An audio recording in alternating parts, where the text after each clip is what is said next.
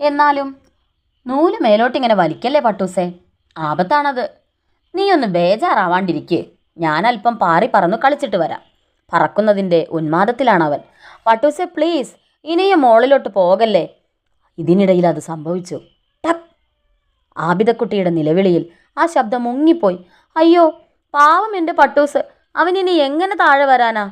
നൂല് പൊട്ടിയതോടെ പട്ടൂസ് എങ്ങോട്ടെന്നില്ലാതെ പറന്നു പൊങ്ങി. ഹായ്, നല്ല രസം. ഇപ്പോഴവന് അമ്പിളിയെ കൈ നീട്ടിത്തൊടാം, നക്ഷത്രങ്ങളോടൊപ്പം ഒളിച്ചു കളിക്കാം. അതിനിടയിൽ പട്ടൂസ് താഴേക്കൊന്ന് നോക്കി. കൂരാ കൂരിരുട്ട്. അവൻ പേടിച്ചു വിറച്ചു. Hello ഇത്താ, hello. പട്ടൂസ് നൂൽഫോൺ എടുത്ത് വിളിച്ചു. ഈ റൂട്ടിലേക്കുള്ള എല്ലാ ലൈനുകളും ഇപ്പോൾ തകരാറിലാണ്. കുറച്ചു കഴിഞ്ഞ് വീണ്ടും ശ്രമിക്കൂ. അയ്യോ, ഇനി എന്തു ചെയ്യും? അവന് കരച്ചിലടക്കാനായില്ല. എന്തിനാ മോനെ കരയുന്നത്? അമ്പിളിമാമൻ ചേർത്ത് പിടിച്ച് ചോദിച്ചു. എനിക്ക് ഇത്തയെ കാണണം.